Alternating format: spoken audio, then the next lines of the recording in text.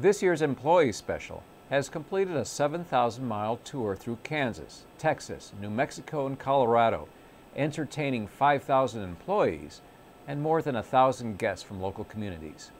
In this edition of BNSF Video News, we'll ride along with some employees of the Southwest Division who had the chance to share some of their work experiences while on the special with their families and friends.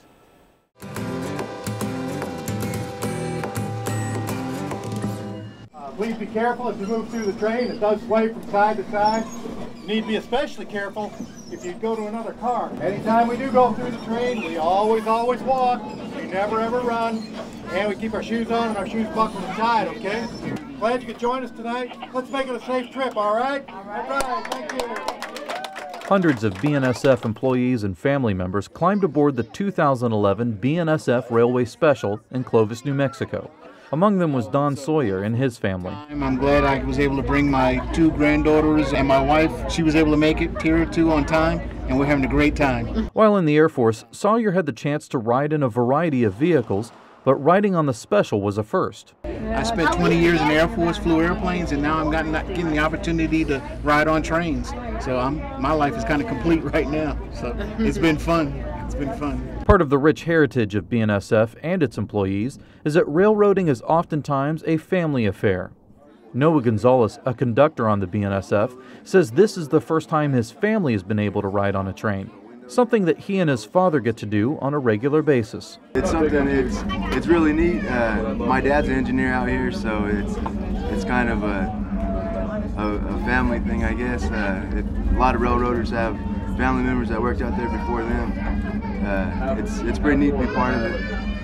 It's a great job. It's going to give me a good future for these kids and my wife.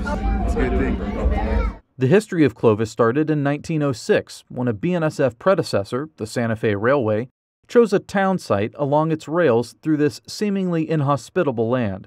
And just 3 years after the tracks were laid, the city was given its name by the station master's daughter and has continued to grow since then, thanks in large part to the railroad. Well, it keeps us as a family. I mean, that's part of what this heritage is for 150, 160 years, is just the heritage of all the railroads made up to make BNSF. And this keeps the family environment still going around. So it's a big deal for everybody. For the children, the excitement and adventure of riding on the rail seemed to be eclipsed only by the sound of train whistles bought in the company store in one of the cars.